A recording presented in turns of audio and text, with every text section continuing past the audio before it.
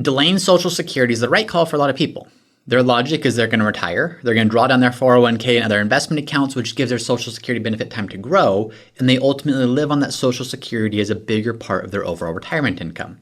However, for many people, this is the wrong way to approach it, and it's the wrong way because the logic isn't quite right when you look at this. So what I'm going to do today is I'm going to walk through the 2 reasons the logic is off with this, and I'm going to show you the way you should actually be thinking about this to make the right, most informed decision for yourself. So number 1, what's the first thing that's faulty about most people's logic? Well, most people will look at this and they'll say, I can wait till my full retirement age and I can collect my Social Security benefit then. But every single year that I wait, I receive what are called delayed retirement credits. And that means I get an extra 8% per year stacked on top of my Social Security benefit. Now they interpret that to mean that they're getting an 8% return by delaying their Social Security benefit. And that just isn't the case. Here's an example. I'm going to give you an option. You can either receive $100 from me this year and $100 from me next year, or I can pay you nothing this year and $200 next year. Now we can look at that and say they're the same exact thing. And in fact, the second option sounds worse.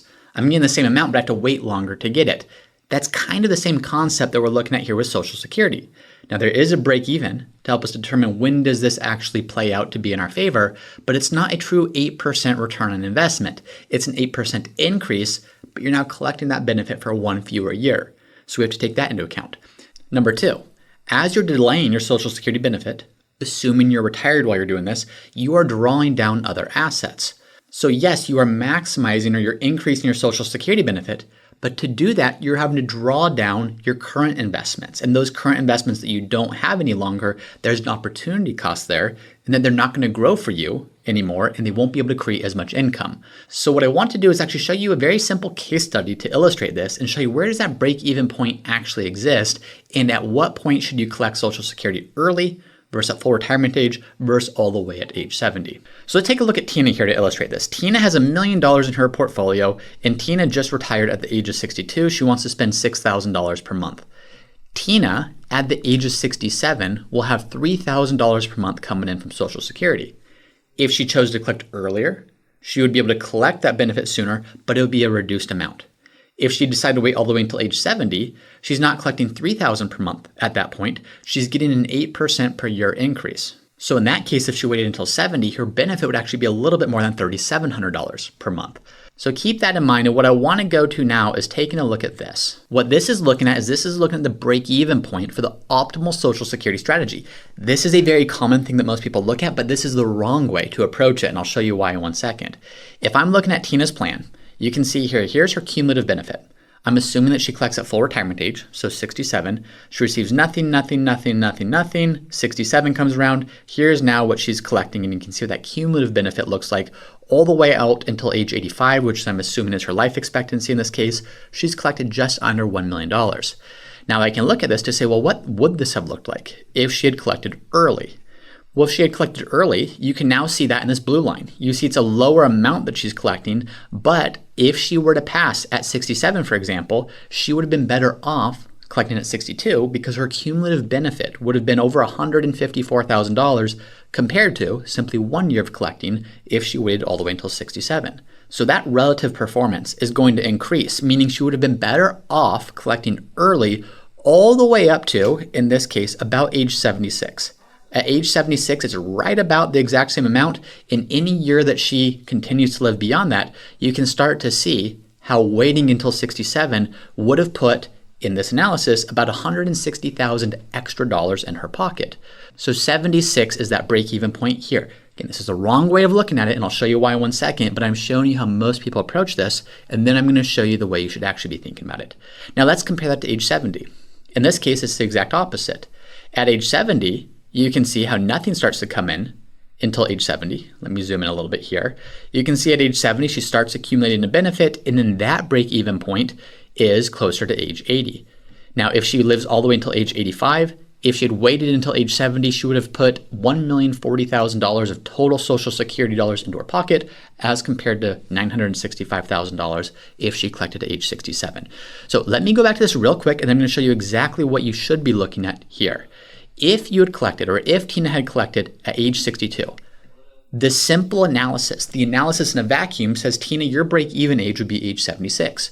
What most people including, unfortunately, most financial advisors would tell her, is if you plan to live beyond age 76, I recommend you defer your Social Security benefit. You wait and collect later.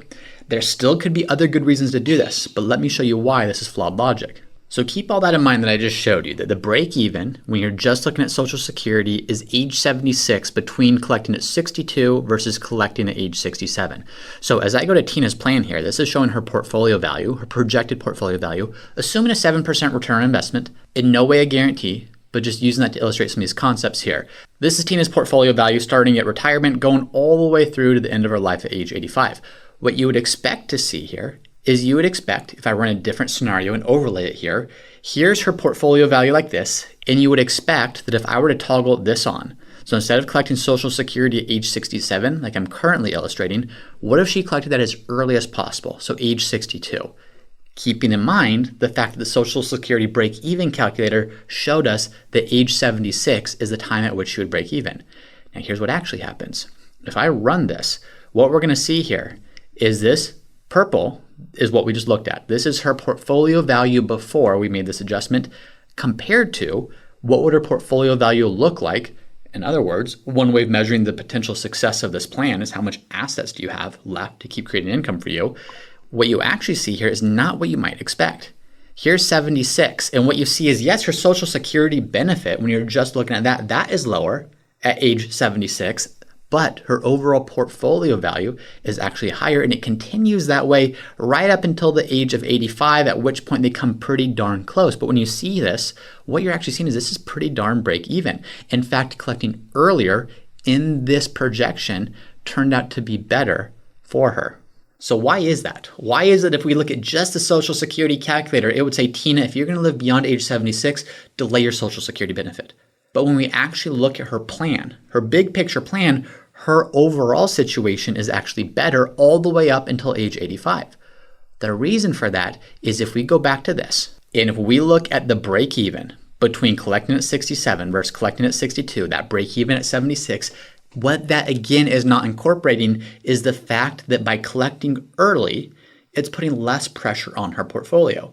So if she's collecting a couple $1,000 a month, every single month that she does that, that's $2,000 fewer dollars that she needs to pull from her investment accounts.